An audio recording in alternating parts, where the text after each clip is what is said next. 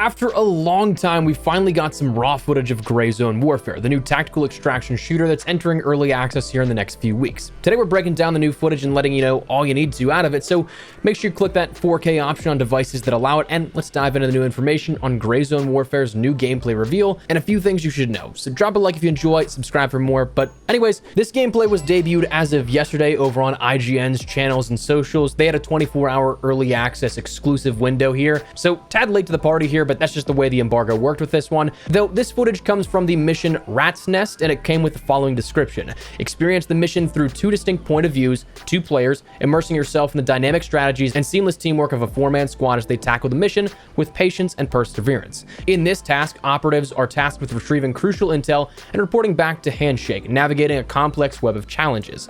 They will need to identify hideouts and investigate them discreetly. It will be imperative to gather as much information as possible before moving. While their primary objectives are reconnaissance and gathering intelligence, we cannot promise that they will not encounter resistance along the way. So pretty cool to hear that description and a little bit of the mission at hand here, but overall the footage itself honestly starts out pretty slow. There's not a whole ton of action throughout, where if you're used to major combat and like busier Tarkov raids or like PvP and DMZ or something like that, this footage showcases a bit more of the tactical nature here of it. You're not necessarily going in guns a-blazing. You're playing it a bit more stealthy here, so the overall 20-some minutes of gameplay isn't as action-packed as maybe some other people may want, but it still showcases a ton of important information. Let's start out with the HUD here and what you see, or the minimal HUD, because there is some things that do pop up, some stuff that you don't see right away. But firstly, what's always present is your stance positioning up in the upper left. Whether you are crouched, prone, standing, doesn't matter, it'll show it there. But also, what's not present there, or you don't want it to be present there most of the time, is damage locations. If you take incoming fire from either other operators, other actual players, or the AI, it will showcase an icon of where you were hit, what that damage is like, and that will then help you in the healing process and getting back on your feet and to full health. One thing that I noticed about this gameplay was that depending on the HUD, it doesn't seem like we're going to be getting a lot, as we'll touch on in a second. It seems very minimalistic.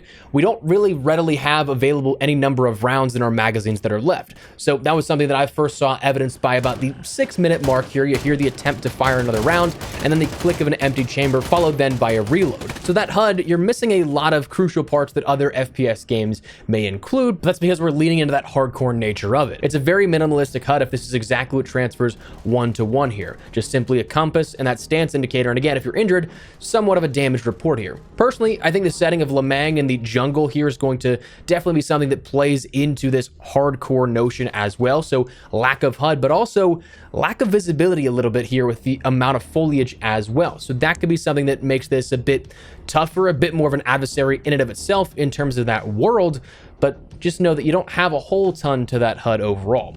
But if you actually open up your inventory when you bring it up, I'm assuming this is going to be likely done by tab would be my guess, but you see things like your equipment and your loadouts, which your equipment, you have things of helmet, glasses, balaclava or a mask, headset, vest, and your primary sidearm and knife available. You also have in your side loadout options a vest with reserve magazines, a backpack with stored items, utility belt with things like snacks, grenades, and spare sidearm magazines, a safe lock, and pockets where you can store things like bandages and splints. Those obviously all having different sort of sizing mechanics to the inventory, so you're obviously not going to be able to put a whole nother primary weapon in your pockets or something. That's going to be reserved for those smaller things. Again, those bandages, those splints, and then your backpack and your vest taking up those larger items as well.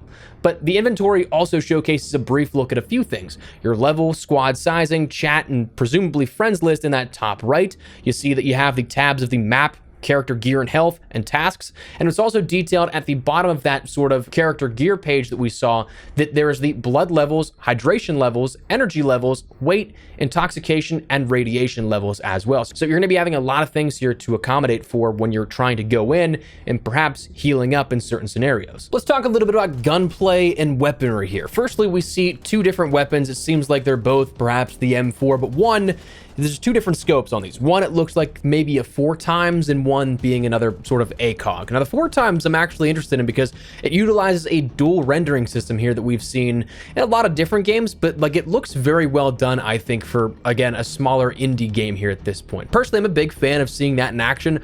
I honestly don't know if I could articulate as to why, but I am. I'm a fan of that. I'm a fan of how that looks. Seeing both down scope as well as the peripherals rendered in at the same time, but in varied zoom levels and also different focus levels. But then you again have that ACOG as the more standard weapon here that is also available. You see in combat, you have the ability to change stance and lean left or right. You can swap shoulders as well. So it's something that if you like one way or the other, you can end up doing that. And we saw a glimpse at some of the just basic gunfights that you'll see here across Grayzone. Now, we haven't gone too far in depth into it. There was something that they put out in terms of one of their dev blogs that we didn't get around to covering here on the channel, but the ballistic systems in use for all this is insanely in depth. So it is something that each of those shots is definitely going to count. You're going to end up actually having cavities created in your AI enemies or other player enemies, where again, the physics behind all the systems there was just really cool to learn about, but it is something that at the heart of it, it just really comes down to where you place your shots are important. Now, beyond the gunfighting and everything, we did see a little bit in terms of lootable items.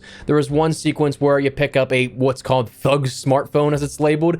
Not sure if that's part of the main quest or mission here that they're going on, but it is something that you get to see a little bit of how that looting works and everything. But anyways, that was kind of the basic gist of what was shown off. Again, some very basic level things here at this, so I'm excited to see when this goes into early access what all will be coming out in terms of other cool mechanics, other secret items, whatever the case. But let's talk impressions here at this, because there's a couple of things I want to chime in on. Firstly, graphically speaking, let's talk about that. I think that this game, for an indie game, looks phenomenal. Things like the ambient foliage as the helo whirls the grass around, great detail there. For hyper-realistic folks, you'll notice that, of course, it's not the most absurdly hyper-realistic thing ever. It's a bit rigid, perhaps, because it's not like every blade of grass is moving on its own. There's almost like clusters of the grass put together, but I mean, all in all, it still looks pretty good. The foliage moves with players, with environmental interaction and things like that. The water reflections and water caustics, I think, look pretty good, where you see those, the sun reflecting off it as you're flying through the helicopter.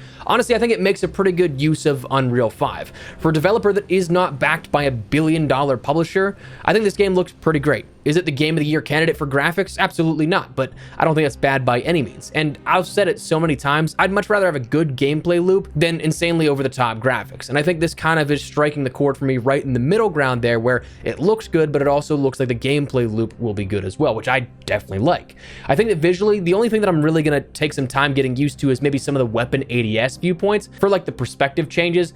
For me, it's the ACOG that really gets me. Like, the gun looks small when you're ADSing here in this one, but at the same time, like the 4x scope perspective, that looks pretty normal to me. So I don't know if it's just like a weird placebo thing or what, but like other than that, there's just a few visual oddities which we'll touch on in just a second in regards to animations, but like there's only a few small things that feel off.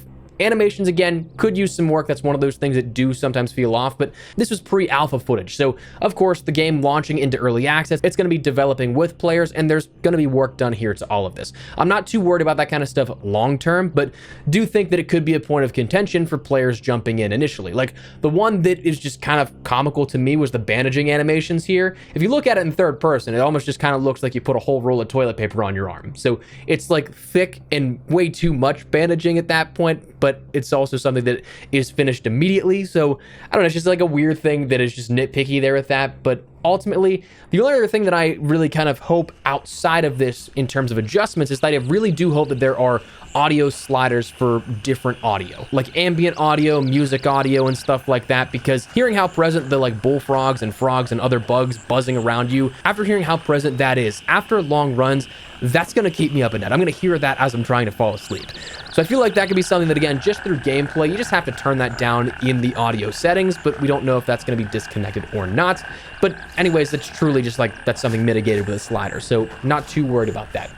Overall, the gameplay loop itself, it looks very tactical by comparison to some other games out there. I'd say the pacing showcase, the only other comparable game that comes to mind in regards to this in terms of pacing is like Tarkov, which sure is kind of default, like the gold standard right now for the popular extraction shooter, but I feel like other extraction shooters we've seen also have a bit more giddy up in their step, if that makes sense. Like, I'm curious to see if the player base at large, when it's in early access, when everybody jumps in, if it'll be adapted to be faster paced upon approach. Either way, I'm all in. Like, I'm going to be playing a ton. I'm just curious to see if like this is something that we see faster paced action based off of how players end up playing as opposed to how it's initially shown off by developers. That's usually oftentimes entirely different as gameplay progresses. But ultimately, I'm just glad we have raw gameplay now and we can see this game kind of out in the wild. Again, we are approaching, while we don't have a date just yet, we are approaching when early access will actually be coming for this game over on Steam. And I think if there's a way to showcase, this is the way to do it. Even if the gameplay isn't your cup of tea,